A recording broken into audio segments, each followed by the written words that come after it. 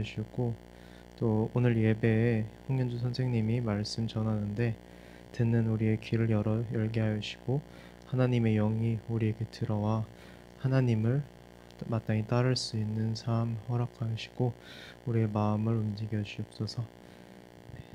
감사합니다. 예수님의 이름으로 기도했습니다.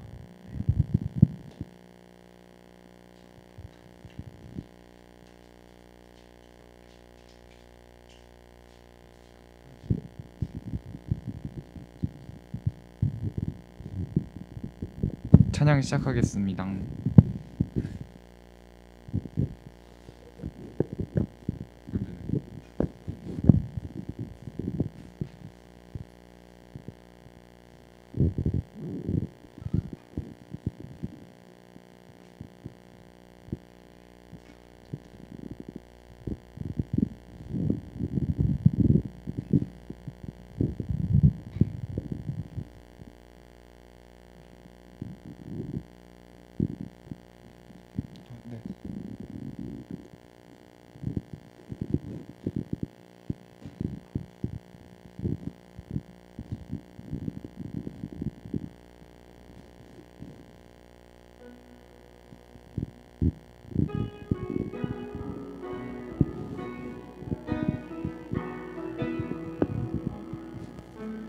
이 세상을 살아가는 동안에 나의 힘을 의지할 수 없으니 기도하고 낙심하지 말 것은 주께서 참 소망이 되심이라.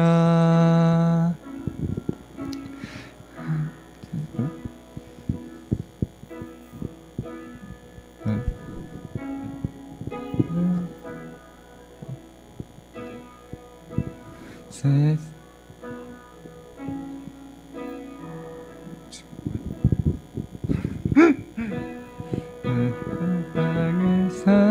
살아가는 동안에 나의 마음을 의지할 수 없으니 기도하고 낙심하지 말 것은 주께서 참 소망이 되심이라.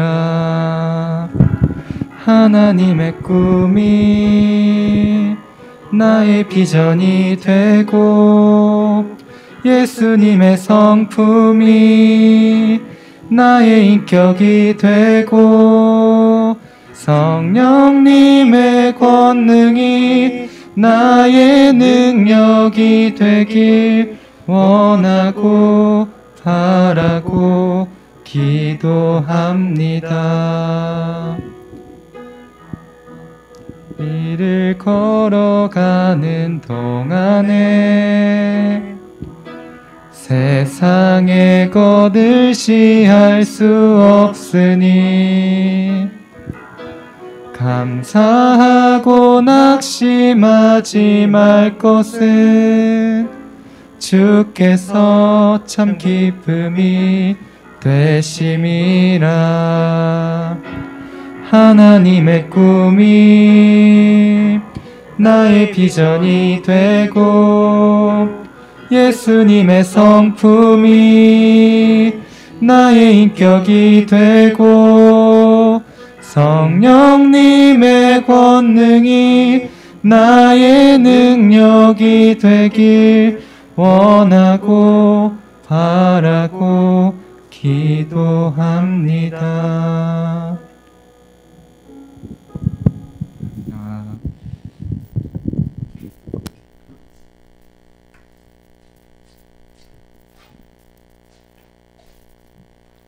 이어서 홍현주 선생님이 말씀 전해주시겠습니다. 네, 잠시만요.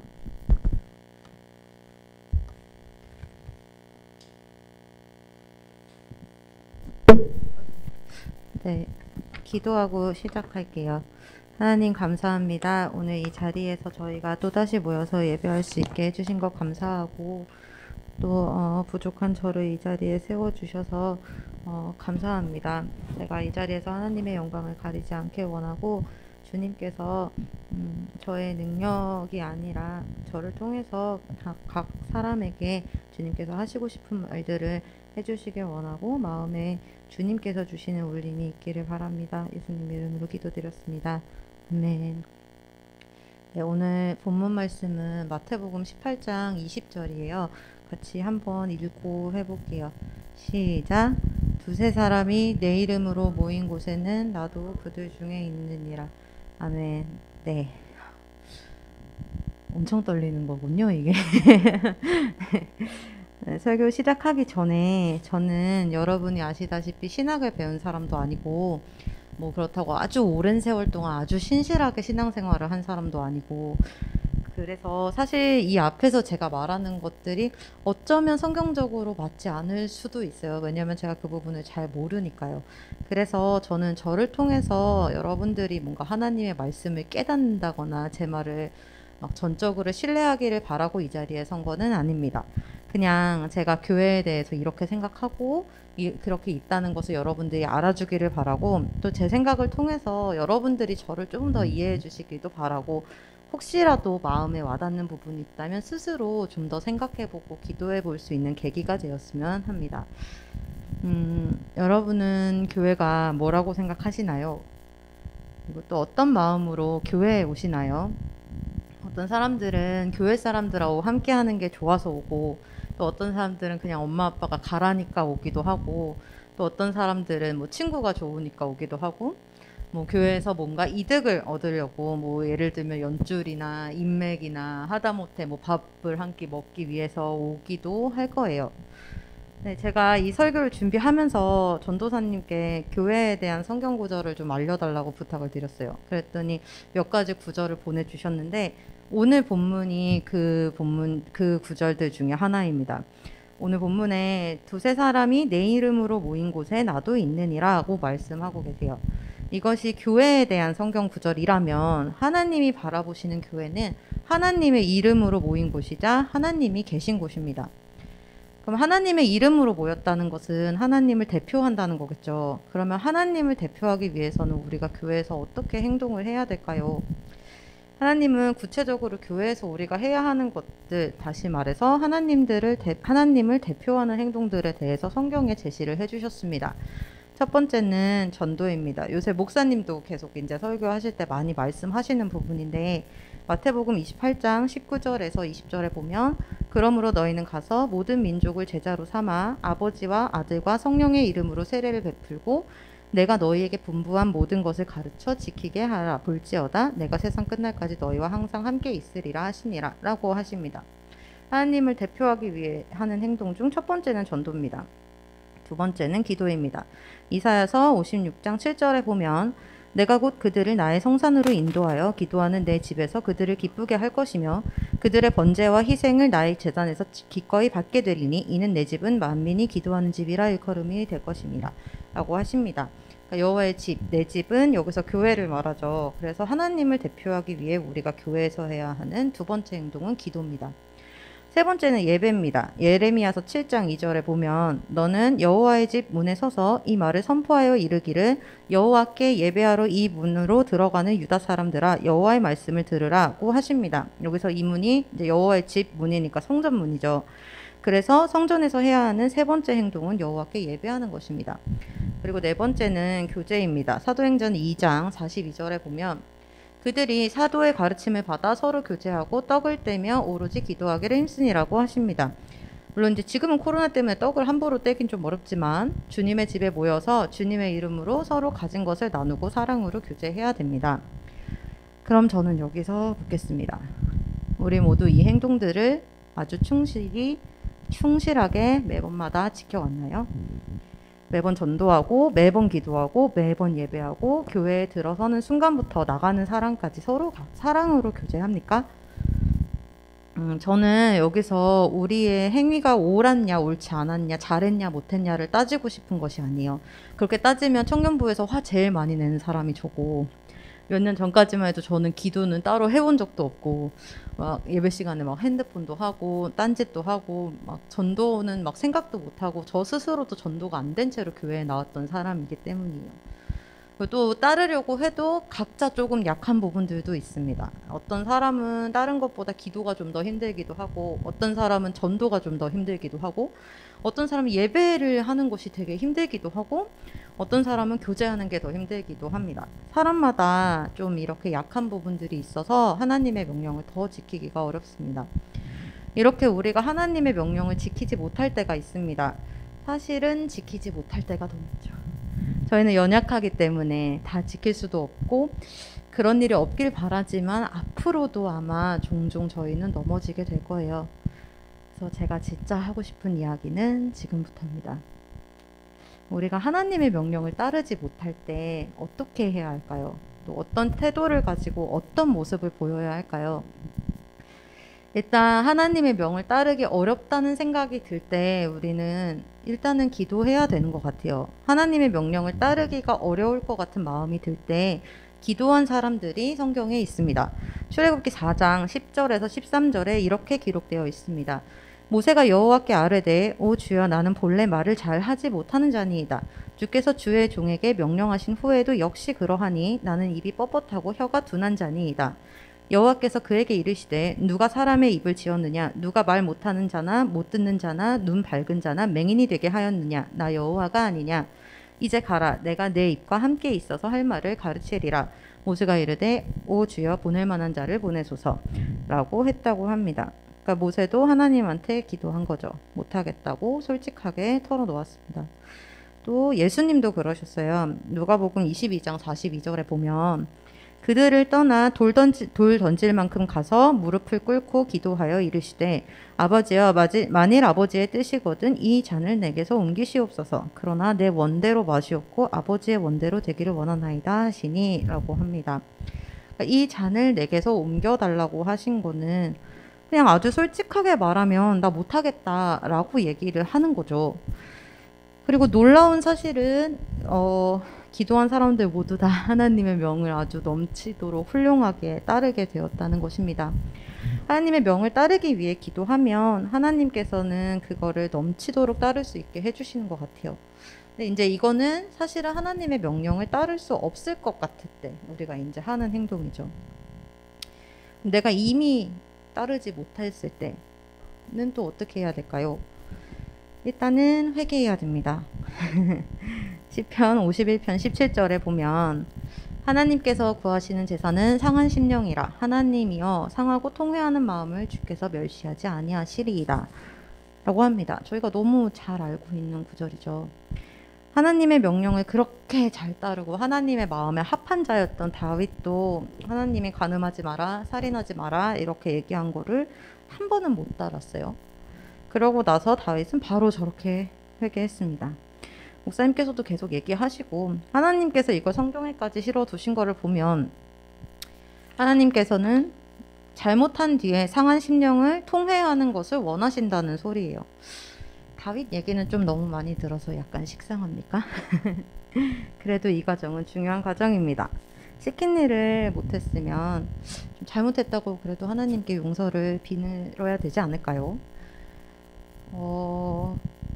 저는 하나님이 진짜 좋으신 분이라는 거는 알아요. 여기 있는 청년들도 다 아실 것 같아요. 근데 저는 하나님이 진짜 무섭기도 하거든요. 사실은 이제 벌을 주시거나 내가 막 잘못하면 혼내실까 봐 무서운 게 아니에요. 그분은 저는 그런 분은 아니라고 생각해요. 근데 이제 기도 중에 내가 성경을 읽다가 혹은 뭐 예배 중에 이렇게 하나님이 엄청 크신 분이고 그 앞에 있는 내가 얼마나 작은지가 이렇게 느껴질 때가 있잖아요.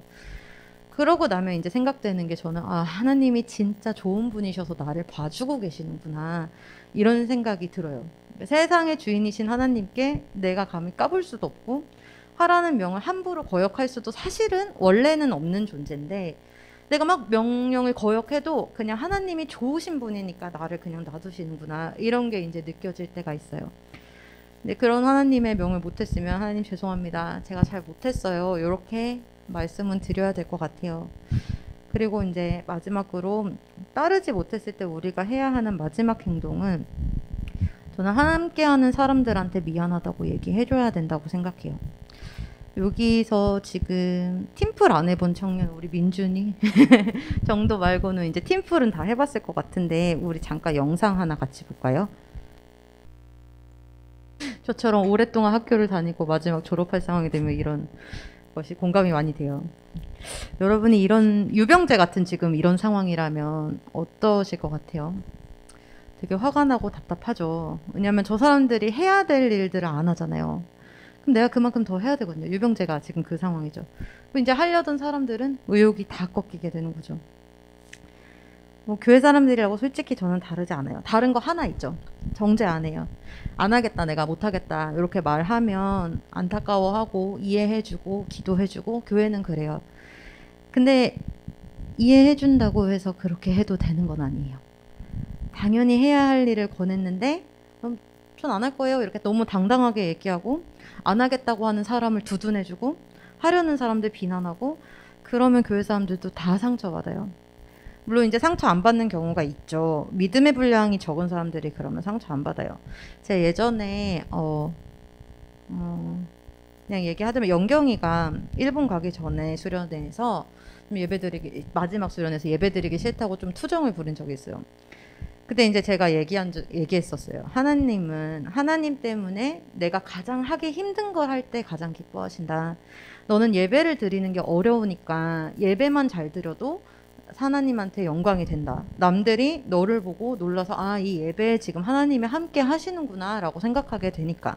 근데 나는 다르다. 나는 예배는 당연히 나오는 사람이고 예배만 나왔다고 해서 나는 하나님께 영광이 되는 건 아니다. 오히려 내가 예배를 대충 드리면 그게 오히려 남이 넘어지는 계기가 된다. 이렇게 얘기를 한 적이 있거든요. 솔직히 저는 그때 당시에 영경이 같은 청년들이 뭐 예배 안 드리겠다고 하고 이러면 별로 상처 안 돼요. 1도 상처 안 돼요. 근데 이제 여기 모인 청년들은 그렇진 않잖아요. 여기 모인 청년들한테 우리가 제발 예배만 한 번만 나와줘 이렇게 얘기하지는 않죠. 함께 하고 우리랑 힘이 되어주기를 바랍니다. 그리고 같이 하기 힘들 때에는 우리가 서로 다치지 않게 우리 서로에게 미안해해주고 고마워해주기를 바래요. 내가 못하는 그 일을 하나님의 일을 해주는 사람들이 있으니까 기뻐해주고 하나님의 마음으로 고마워해주길 바래요. 제가 생각하는 하나님이 말씀하시는 교제는 저는 이런 거라고 생각해요.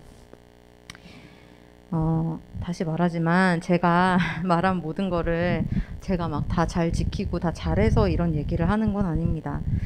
이 기준으로 저를 판단하면 사실은 저도 자신이 없어요. 그리고 사실 우리 청년들은 굉장히 잘하고 있어요. 이렇게 맨날 기도하고 전도하고 지금 막 토요일인데도 이 시간에 나와서 예배하고 이러는 청년들 진짜 없어요. 진짜 막 엄청 큰 대형 교회에서도 이런 청년들은 잘 없어요. 진짜 되게 고맙고 정말 대단하다고 생각해요. 근데 우리는 좀 더 발전해야 된다고 생각해요. 우리가 잘하니까 여기에 그냥 있을 순 없잖아요.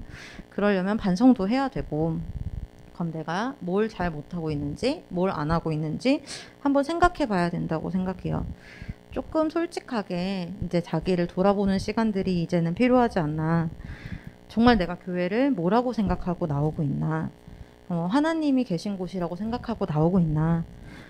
또 하나님의 명을 어겼을 때 내가 지키려고 정말 마음 아프게 기도하나. 아니면 같이 하는 사람들에게 좀 미안하다고 얘기하나? 이런 것들에 대해서 저희가 다시 한번 같이 생각해 봤으면 좋겠어요. 그래서 하나님이 보시기에 더 자랑스럽고 고마운 임마누엘 교회 청년부가 되기를 바랍니다. 기도하겠습니다. 네, 주님 감사합니다. 오늘 이 자리에서 저희가 하나님이 하라고 명령하신 것들을 지키지 못했을 때 어떻게 해야 하는지를 알아봤어요. 저희 마음 안에 있는 하나님을 사랑하는 그 마음이 좀 더 발현되기를 바라고 그것으로 인해서 저희가 스스로를 돌아보고 더욱더 하나님이 기뻐하시는 청년들이 되게 해주세요. 예수님 이름으로 감사하며 기도드렸습니다. 아멘.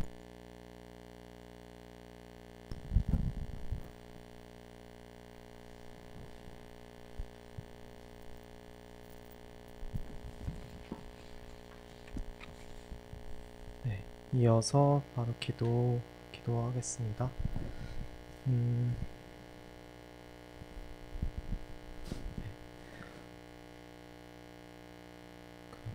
기도회 바로 시작하겠습니다.